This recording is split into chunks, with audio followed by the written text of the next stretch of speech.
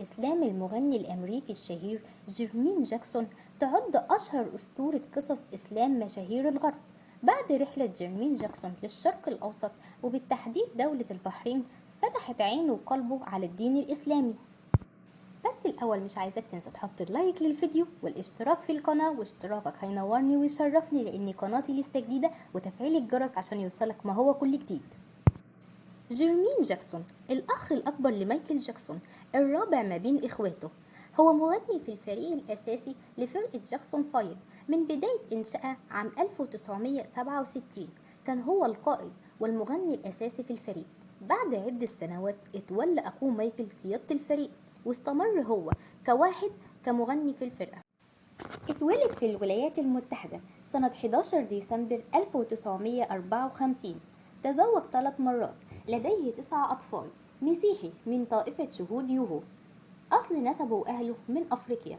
لما جاءت أجداده لأمريكا كانوا في الأصل مسلمين، بعدها اتبعوا الديانة المسيحية. بعد انفصال مايكل جاكسون عن الفريق الغنائي لجاكسون 5 قرر الغناء منفردا. قرر هو كمان جيرمين يمشي على السير بتاع خط أخوه ويغني هو كمان منفردا، لحد ما شكل ثورة غنائية في أمريكا فاقت أي نجومية أي نجم كان في عصره السبعينات والثمانينات. حصل على العديد من الجوائز والترشيحات، اللي كان أبرزها ترشيح لجائزة جرامي كأفضل مغني للآر بي سنة 1979. حصل على العديد من الجوائز عن ألبوم لتصبح أكثر جدية. وصلت أغانيه لمراتب متقدمة ضمن ترتيب أكثر من 20 أغنية شهيرة في الولايات المتحدة ودول غربية أخرى. كانت في بداية الثمانينات. بعد دخوله للإسلام توقف عن الغناء لسنوات طويلة. عام 2006 رجع تاني للغناء عن ألبوم أنا عدت. أما دخوله للإسلام هي من القصص المثيرة إن أطفال بريئة تكون سبب في دخوله للدين الإسلامي.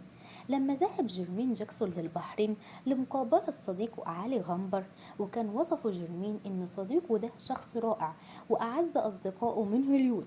كان مع عيلته وكان ما بينهم أطفال.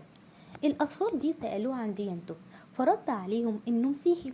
بعدها هو سألهم عن ديانتهم فأجابوه بكل فخر إنهم مسلمين.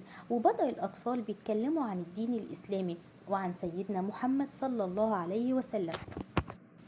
قال في معظم أحاديثه إن أول ما الأطفال بدأوا بيتكلموا عن الإسلام شعر بشيء في روحه، وبدأ قلبه وعقله يتغير لأنه كان مدرك إن أصلهم مسلمين.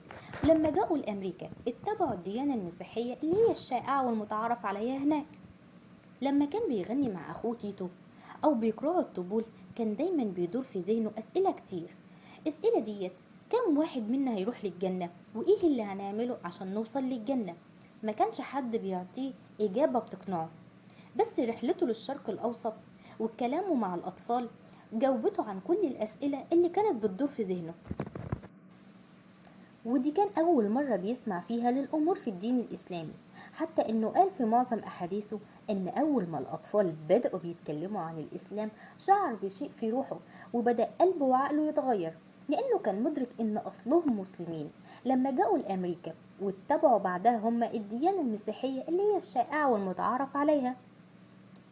كان هو وأخوه توتو لما بيغنوا أو يقرأوا الطبول كان دايما بيدور في ذهنه أسئلة: كم واحد منهم هيذهب للجنة؟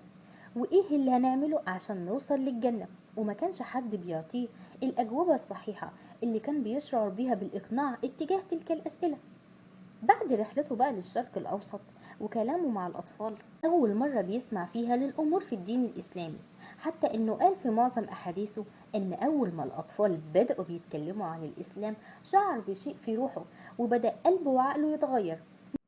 وبسرعة اتصل بوالدته عشان يقول لها انه اتبع الدين الاسلامي. اتصلت هي كمان بصحفية مسلمة كانت بتعيش في الولايات المتحدة بتتبعهم وبتعرف اخبارهم. قامت بتغطية الخبر ونشره بكل الصحف.